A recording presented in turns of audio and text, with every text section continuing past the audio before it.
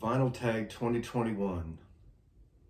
You know what Vinyl Tag is? I'll tell you in a minute, but this was put together this year for 2021 by Andrew, Tales from the Crate. That's why I'm trying to recreate the Andrew effect here. Now, just pretend these are my records. The records are in the other room. I get better lighting in here. So unfortunately, they're CDs. Sorry, Andrew. But this is kind of how I first started watching Andrew several years ago. He was one of the handful of first channels I watched. And what I love about Andrew is he's got a vast, he likes to, okay, enough of Andrew shit. I need to put my hand on so I don't give eagle air. Andrew has a really esoteric taste. He's into so much music, a lot of experimentation. He has a group of guys, of friends of his, that he does. It hasn't been a while, but he does several videos, collective videos, like the Four Corners, but way before we've been doing the Four Corners. And they do different themes. And what I found about, I love watching those, and I kind of miss those. Hopefully you'll do more, Andrew. But when I watch those, and I think those guys are in their 40s-ish. Are you guys in your 40s, more or less? You are the most adventurous. Some of your friends, except I think maybe one guy, it's all the old boomer shit, like this stuff I'm supposed to listen to. I know that a lot of people like that, but I love that Andrew really pushes it, and I follow on Instagram, and I watch his videos, and anyway, there's a link below to Andrew's channel. If you don't subscribe to him, you're a lunatic, you're crazy. He has good stuff. Okay, Vinyl Tag 2021. Every year someone puts these together. This has become the official one now. There's always like fringe groups putting other versions together, which is fun. I'm gonna go through it fairly fast because everyone thinks my videos are way too long, which is true. Andrew's are pretty long too. Not that we have to compare. It's not about size, right? 20 questions. The first one is a discovery you made in 2020. I put two. And one is, I've showed this many times, and this is Maki Asakawa, a comp. She's been around since the 70s, maybe in late 60s. 70s artist, Japanese artist, loungy, jazzy, sometimes avant-garde. Now, I got turned on to this by Julius Jabbar, Sherv at Julius Jabbar's channel. I just keep going back to this record. This is a comp, a 2-record set. It came out several years ago. I mean, it's not a new comp, but it goes through her, torch songs, folk songs, jazzy stuff. Just really, really a beautiful compilation. So I think this is the one I've been going to. So this is a new discovery for me. Of course, she's been around on the scene for decades, literally, and just love this record. The other record is a jazz artist who's on Blue Note, a newer jazz artist, and it's Joel Ross. He's a vibraphonist. This is his brand new record that just came out in the last month or so. It's great. There's a little Coltrane type of stuff. The sax player that interplays with his vibe playing. I got his first album on Blue Note, which came out I think 2 years ago. I just got it this year too. So this is a discovery. Who Are You by Joel Ross. Don't just get new reissues on Blue Note. Check out their new artists. Be a little adventurous. Really great. Okay, a quarantine buy. I bought more music online this year. With Record Store Day, I didn't go in person. I bought a lot of things online. But here's one quarantine buy because I went for the full booty of the English versions. Maybe I should have gone German, and I have shown these. But the Kraftwerk catalog, the 2009 remasters, and these sound really good. They're probably from digital, of course they're from digital sources, but they sound good. You wouldn't think so, but for this type of, their music, electronic music, just love these. Well pressed, beautiful books, beautiful packages. I don't need to show you everything. Look at my reissue videos and my recent videos. So Kraftwerk and my Beatles versus Kraftwerk video with Michael 45 RPM audio file. So, a record you want to find in 2021. I don't have an answer for you. I have so much music, and there's nothing I'm really looking for right now. I think, well, there is one. I'd like to find a copy of David Sylvian's Blemish. It's again, it's one of 2 records I have on my wish list on Discogs, and it goes for crazy prices. So didn't come out a lot on vinyl because that was during the heyday, but I love Blemish, David Sylvian from the band Japan, avant-garde, electronica, post-jazzy, fusion, neoclassical. But Blemish by David Sylvian would be my request for that. So there. Okay, a box set. I'm showing 2 because one's a movie, like a DVD or Blu-ray box set. But first, this one came out actually, I think, in 2019, but I got it this year. It's a craft version of Come Go With Me, the Stax collection by the Staple Singers. If you don't know the Staple Singers, you're not really a soulful person, are you? They come from sort of they're a soul group, they're a gospel group. They had hits in the 70s, and they're actually inserted at the end of The Last Waltz of the band because they've done some things with Robbie Robertson and the band. But this is an overview of their Stax catalog. Incredible records. Again, soulful, gospel-y. Be What You Are. This is, I think, the one with the big hit. Now I'm, of course, going to blank this over, but 6-inch Pianist from the UK will know this stuff better than I do. Great soul channel, mostly soul R&B. He knows everything. Yeah, all right. So, I mean that. No, I just love your opening. Anyway. This is the one, Respect Yourself. Big hit, huge hit in America and the States. I'm not sure everywhere else, but these are a great record. Now, the other box set is not a soundtrack, but to me, it's Federico Fellini. Now, obviously the music collection, I could say, is Nino Rota composed most of the score for the Fellini films. Italian director. I got into Fellini in the 70s, and just his use of there's a reason why the term Fellini-esque is a scene. When things are wild and there's clowns and makeup artists and transvestites and beautiful color circuses, armachords are beautiful. This has La Strada, it has La Dolce Vita, 8.5, Julia the Spirits, Fellini Satyricon, armachord. I think I've seen almost all of, maybe except for 2 or 3 of his films, his long career. But I can't wait to jump into this. But this is, to me, I'm a big, again, cinemaphile. Fellini is tops for me. Okay, a concept album. I'm going to show Chavez Ravine by Ry Cooder. This came out originally in 2004 on CD only. In the last couple years, it was reissued. Ry Cooder not only is an amazing guitar player, string instrument player, producer with a lot of mixes of everything from Tex-Mex to Cuban music, Buena Vista Social Club to Indian music.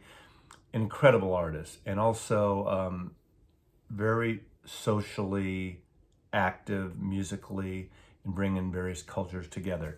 This is a concept about the story of Chavez Ravine in Los Angeles, an area where a lot of migrant Mexican families lived, and it was basically bulldozed out and people were displaced to build Dodger Stadium. This has a mix of sort of 50s, early 60s sort of Chicano music, that kind of Latin surfy guitar thing that he's done on a couple of his albums, and a lot of Spanish vocalists on here, storytelling by Ry Cooder. It is a storytelling thing. It's a historical project, and it's an incredible document, but an incredible record. So I'm going with this for my storytelling record, Ry Cooder's Chavez Ravine. And this is on Nonsuch Records. I believe it's still available. An album where an artist or a band changed directions. I'm going with Bradley's Barn, Bull Brummels. Band out of San Francisco, they went to Owen Bradley's barn, literally, and recorded this country rock record. Now, this record came out the same year and very close to the time the Byrds' Sweetheart of the Rodeo. That record bombed as well. Both these records bombed, but Sweetheart has become a big cult classic. This has not as much. There was I think Run Out Groove expanded reissue, which is fabulous, which I have also. If you don't know the Beau Brummels, in 1964, they were kind of America's answer to the Beatles, and they had a huge hit, like one of the first of the American bands that had that kind of somewhat of a British invasion sound, produced by Tom Donahue, and actually Sly Stone, who was a DJ in San Francisco, produced this, and Laugh Laugh was the hit single. So very pop thing. I think they should have gone on, and that's a whole other story, but this is an incredible record, one of the very first country rock records, Bradley's Barn. So that was a big, big shift for them. White Label Promo. This is a favorite of mine, live, Delaney and Bonnie and Friends, and with Eric Clapton on tour. And of course, you want to see the White Label promo copy. This, I believe, was 1971 or 72. This came out in 1970. Ooh.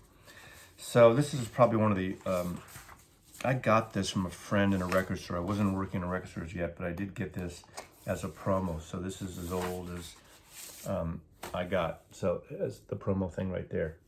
Incredible record. You know, Dave Mason joined this tour, George Harrison. Only You Know and I Know is on here, which is a great version of it. Very sort of rockin', soulful, southern rock, but not like southern rock like Allman Brothers. A little gospel-y stuff thrown in. And of course, Delaney and Bonnie and the band were very influential, from Eric Clapton leaving Cream and doing the more rootsy style of work. So this one. The other one I got, this is during my record store days in 1976. Hejera by Joni Mitchell, incredible record. She started really getting into her jazzy phase. I believe, Jaco Pastorius is on here. And so Joni Mitchell, White Label promo, Hejera, an original copy from my record store days. Next question is a compilation album. An interesting set I bought when I was in college, when I was working on the radio station. I bought these 2 volumes. This is 50 years of Warner Brothers music. There was 50 years of Warner Brothers films and 50 years of Warner Brothers music.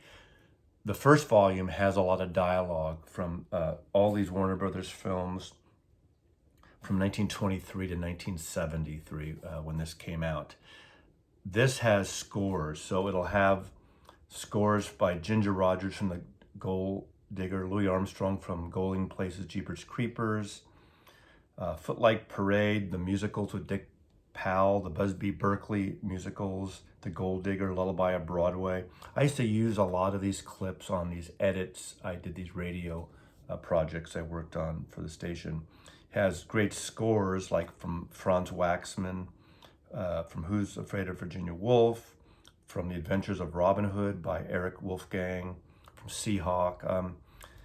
Has Dooley Wilson singing from Play It Again, Sam, A Kiss Is But a Kiss.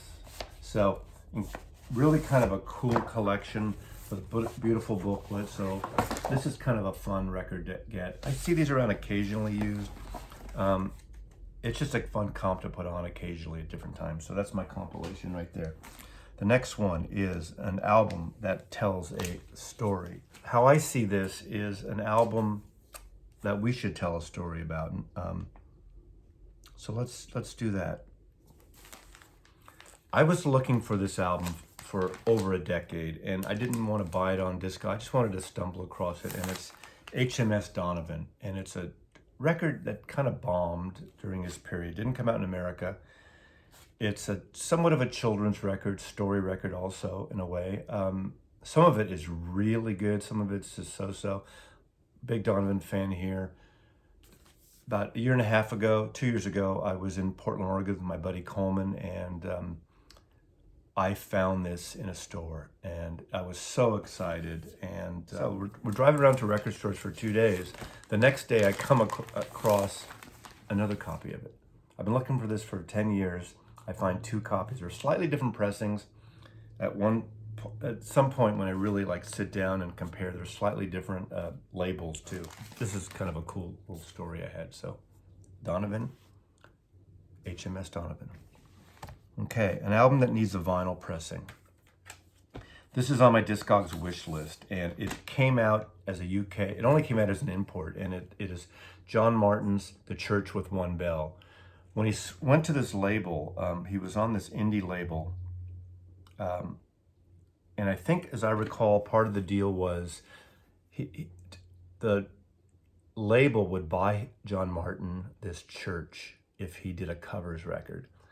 And John Martin, folky, jazzy. I saw him in the 70s open up for free in Traffic on a all island label bill. He did early records with his wife at the time, Beverly. So John and Beverly Martin records are gorgeous records. Stormbringer, I guess.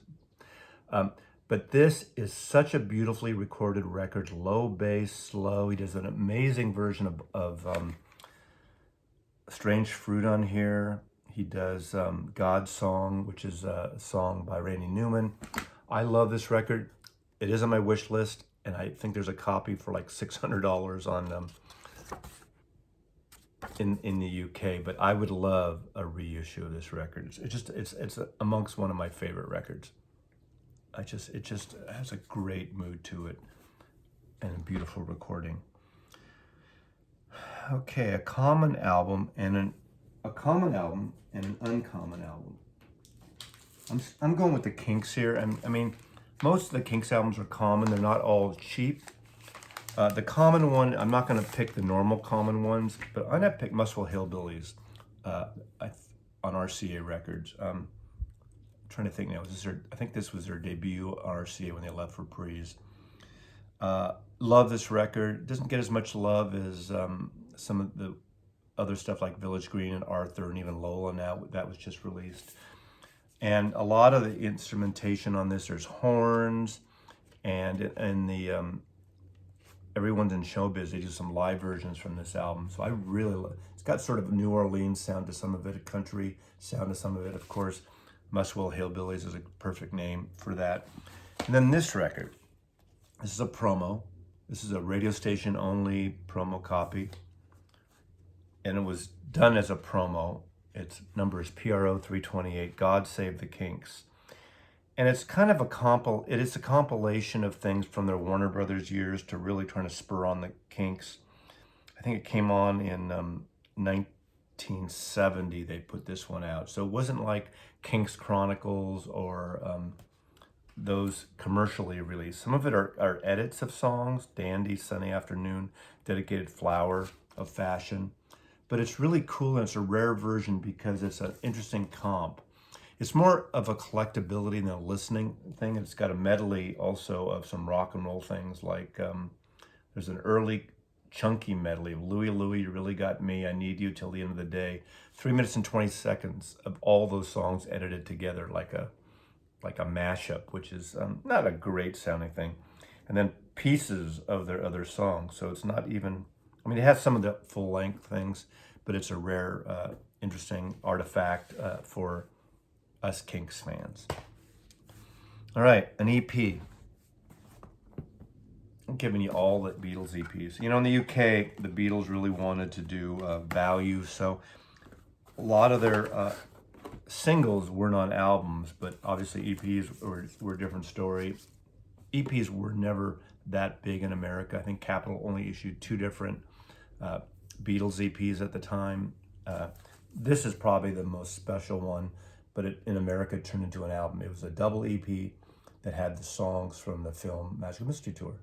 And that's that. Of course, here in America, we padded it, put all the singles on, which is great. To me, it's considered one of their great albums, great psychedelic albums. So Beatles EP, okay? Girl groups. Okay, a girl group. This is an obvious one because I think they're so important, and that's the Go-Go's. LA started as a LA punk band in 1979 into 80. Finally got signed to IRS. Their album came out in 1981. This is a great record. They turned more pop, but they still had a hard edge. They played their own instruments. What's great about the Go-Go's is they were the first group to have a #1 album and a debut at that #1 album of a girl group that wrote and played their own instruments, wrote their own songs and played their own instruments. They weren't a manufactured group. They did come up organically. I highly suggest there's a documentary on them on Showtime. Check it out. It's fun. The ups, downs of the Go-Go's. Love them. Obviously, our lips are sealed. We got the beat. They're a very important pop group coming out organically of the LA punk scene in around 1980, 79, 1980. Okay, an album cover. There's so many album covers. I'm a big psychedelic fan, so I could have picked so many, but I'm going to go with these two, which are the Dukes of the Stratosphere, aka XTC, doing 2 albums under a different pseudonym. 25 O'Clock and the Sonic Sunspot. This is an EP of sorts. This is a full LP. They shook it up. They got more psychedelic. Andy Partridge and Colin and the boys just did some fun stuff. And these actually did pretty well. These are the reissues. I have original UK versions. Beautiful packages, beautiful printing. I just can't get enough of these records. So for cover art, you know, are they my ultimate favorites? Probably not. I always also like rich black and white graphic photography as well. But right now I'm going with some psychedelic stuff in Duke Stratosphere. Okay. An album that you've listened to the most. Well, now. Of course, I could have picked a Beatle or Dylan, because actually those I've listened to more than this, but I kept thinking about this one. What records do I keep going back to? I love to put on at different moods and different times. And the self-titled Asylum Records, Warren Zevon record, to me, one of the best albums about sort of the dark underbelly of Los Angeles. Warren Zevon, amazing songwriter, amazing artist, a great piano player, was the band leader for years of the Everly Brothers on tour. He can compose and score music. He's very influential in his scoring of strings, like Aaron Copland, the classical composer. This record has everyone at the time, produced by Jackson Browne. It's got Jackson Browne, it's got some of the Beach Boys, it's got Don Henley and Glenn Frey from the Eagles, it's got Buckingham and Nicks from Fleetwood Mac at the time when they were riding high. It's got Waddy Wachtel, of course, who plays with him, Jorge Calderon, who does some amazing harmonies on here, obviously Linda Ronstadt and Bonnie Raitt. I mean, it's a who's who of that mid-70s cocaine-fused Los Angeles rock scene. And the songs and the lyrics on here are just sublime. This is the one that I keep going back to. This is a must-have record, Warren Zevon. All right. An album that you had to get an OG copy. I've showed this before. This is the first Procol Harum album. Now, this is the original Italian version with the pink cover, because, you know, in America, this came out rechannel stereo. What's great about this is an original mono Italian pressing. It's one of the best sounding of this record, because it's not a great sounding record. Now, the original did not have, in the UK and in Europe, it did not have a Whiter Shade of Pale on it, even though that was stuck on the American version. Love this pink cover they did in Italy only. Took me a long time to scout this down, and I found it. Love this record, and so I had to get this OG of this. Okay, the last album you purchased. There's a handful, but I'm going to go with Sturgill Simpson's Bluegrass record, 2 LPs. He kind of redoes some of his other country music and country rock fusion. He's going back to basics, independently putting out his own record. Good introduction to bluegrass. If you don't like bluegrass, check this out. You might. But why don't you like bluegrass? You're crazy if you don't like bluegrass. This is incredible. Sturgill Simpson.